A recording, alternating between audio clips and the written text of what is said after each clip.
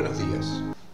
Esta es la clase 13 del módulo 1 del curso de Química Biológica Avanzada para investigadores del área biomédica. Hoy tocaremos el tema de moléculas con sustituyentes múltiples, grupos ionizables y carga neta. Contenido de la clase, como dijimos, trabajaremos con compuestos del carbono con múltiples sustituyentes. Focalizaremos básicamente en hidrocarburos, alcoholes, aminas y los grupos carboxílicos, los grupos que desarrollamos en clases anteriores. Los grupos funcionales más importantes que vemos acá, grupo carboxilo, aldehído, cetona, alcohol y amina. Si bien es mucho más amplio el panorama que tenemos enfrente, focalizaremos en esto que son los más comunes en la química biológica. Acá en la columna de la derecha tenemos la estructura química de cada uno de estos grupos. Cuando estos grupos, dos o más grupos coexisten en una molécula, se establece una jerarquía que es la que está dada en esta tabla. Es decir, el carboxilo tiene jerarquía sobre el aldehído, este sobre la cetona, sobre el alcohol y este sobre la amina. ¿Qué quiere decir? Que si en una molécula tengo un ácido carboxílico y un aldehído, la molécula va a ser un ácido carboxílico. Entonces, en base a eso, tenemos dos nombres distintos de acuerdo a si la molécula es un ácido carboxílico, la nomenclatura será ácido terminado en oico, pero si el carboxilo actuara como un sustituyente porque hay algún grupo con más jerarquía, que en este caso no atendemos, se utilizaría la palabra carboxi. Con el grupo aldehído, si el grupo de más jerarquía que hay dentro de la molécula es un aldehído, la molécula terminada en al, y si no, utilizaremos el nombre formil como sustituyente. Y así sucesivamente. Para la cetona, si es la molécula de la cetona terminado en ona, y si no es oxo o ceto, cuando es un sustituyente. Para los alcoholes, cuando la molécula es un alcohol, termina en ol, y si no, si es un sustituyente, se usa oxidrilo. Y lo mismo pasa con amina y amino. ¿Qué queremos decir con esto? Veamos acá esta molécula. Esta molécula tiene acá un grupo alcohol, acá un grupo cetona y acá un grupo carboxilo. Nuestra pregunta es, ¿esta molécula es un alcohol, es un ácido carboxílico o es una cetona? En base a esta tabla podemos ver que de los tres grupos funcionales, el de mayor jerarquía es el carboxilo, por lo tanto esta molécula será un ácido carboxílico y el alcohol y la cetona se nombrarán con el nombre hidroxi y con el grupo oxo, el nombre oxo. Veamos un ejemplo. Supongamos el 2-hidroxi-3-metilhexanal. Se llama hexanal porque en la molécula tenemos un grupo aldehído y el grupo aldehído tiene más jerarquía que el alcohol. Hexanal porque tiene, como vemos acá, 6 carbonos. Tomamos como carbono número 1 el del grupo aldehído, entonces tenemos en posición 2 un alcohol, pero que como es de mayor jerarquía el aldehído, se utilizará la palabra hidroxi. Entonces es 2-hidroxi-3-metilhexanal. Veamos esta molécula. Tenemos el ácido 3-ceto-2,4-dihidroxi-5,2-metilpropildecanoico. La molécula es un ácido carboxílico de 10 carbonos. El ácido carboxílico sabemos que es la de mayor jerarquía. En posición 3 tenemos un grupo cetona, que lo nombramos como 3-ceto. Después tenemos dos grupos oxidrilos, en posición 2 y 4, y en posición 5 tenemos una cadena que a su vez es ramificada, que en la posición 2 tiene un metilo. Veamos la estructura. Dijimos el ácido decanoico. Acá tenemos el ácido carboxílico, al que tomamos como carbono número 1.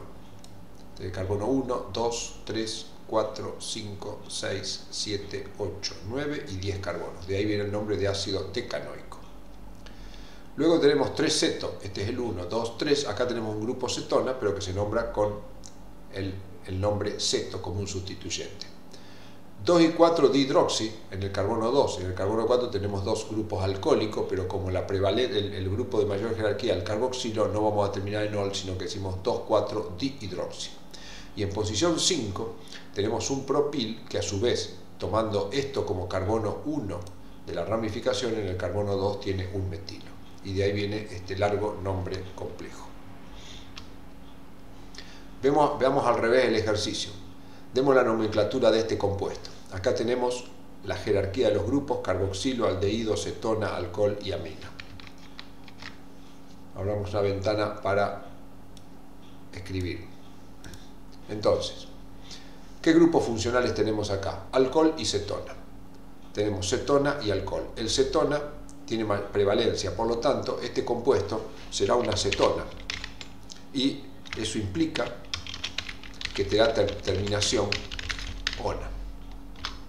¿Cuántos carbonos tiene si lo considero una cetona? 1, 2, 3, 4, 5 y 6 carbonos. 6 carbonos. Si tiene 6 carbonos, el nombre será hexanona. Pero como el grupo cetona podría estar en diferentes posiciones, acá el grupo cetona contamos desde acá como carbono número 1, y entonces el nombre de este compuesto será 2-hexanona. Ahora, después tenemos en posición 3 y 4 tenemos un metilo y en 5 tenemos un alcohol, pero como tenemos el grupo cetona, el alcohol lo deberemos nombrar como hidroxi. Por lo tanto, el nombre será 1, 2, 3, 4. Entonces será 4 metil, 5 hidroxi, que hace referencia al grupo oxidrilo que está en posición 5 respecto a este carbono. Y luego 2-hexanona. Ese sería el nombre de nuestro compuesto. Muy bien. Pasemos ahora a la identificación de grupos con carga potencial. Cuando tenemos una molécula, en la química biológica, los grupos que pueden conferir carga son relativamente pocos. Los más comunes son siempre el grupo amino, el carboxilo y el fosfato, son grupos que pueden conferir carga. Y también vamos a ver el sulfato como un caso excepcional porque no se presenta tanto. El grupo amino tiene dos existencias, con 2 hidrógenos o con 3 hidrógenos, y cuando tiene 3 hidrógenos tiene carga positiva. El carboxilo puede tener carga negativa o no tenerlo. El fosfato puede tener carga negativa y el sulfato también.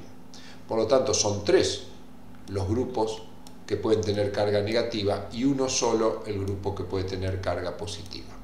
Ahora, la presencia de la carga positiva o negativa depende de la relación que hay entre el pH del medio y una variable que estudiaremos más adelante, su origen e interpretación más fina, que es el pKa.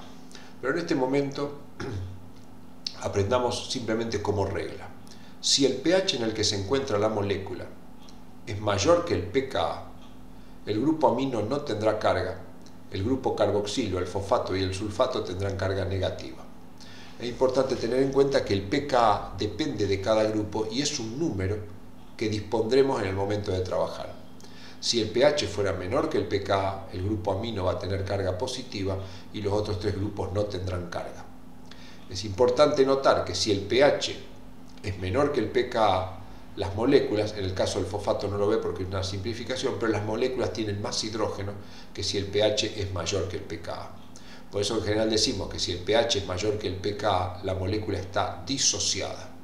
Mientras que si el pH es menor que el pKa, la molécula no está disociada, es decir, tiene el hidrógeno presente, mientras que si el pH es mayor que el pKa, este hidrógeno lo ha perdido y la molécula está disociada. Por supuesto, el grado de ionización, es decir, la presencia de carga, cambia. En el grupo amino, cuando el pH es menor que el pKa, está ionizado, mientras que los otros 3 grupos están ionizados cuando el pH es mayor que el pKa. A modo de ejemplo, hemos creado una molécula hipotética que tiene los 4 grupos funcionales. Acá tenemos el grupo sulfato, el grupo fosfato, el grupo amino y el grupo carboxilo.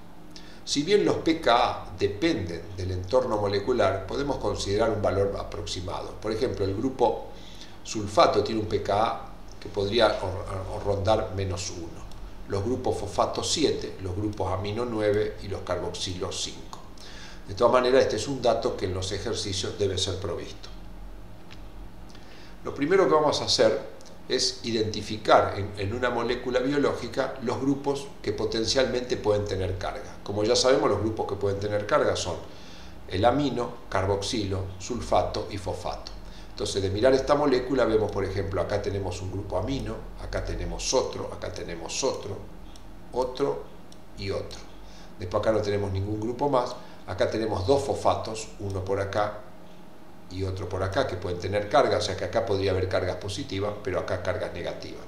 Si vamos a esta molécula, acá tenemos un grupo amino, y acá tenemos uno que no nos tenemos que engañar, porque este en realidad es un grupo amida, que los grupos amida no pueden tener carga. Al pH fisiológico, quizás en pH extremos sí podría tenerlo.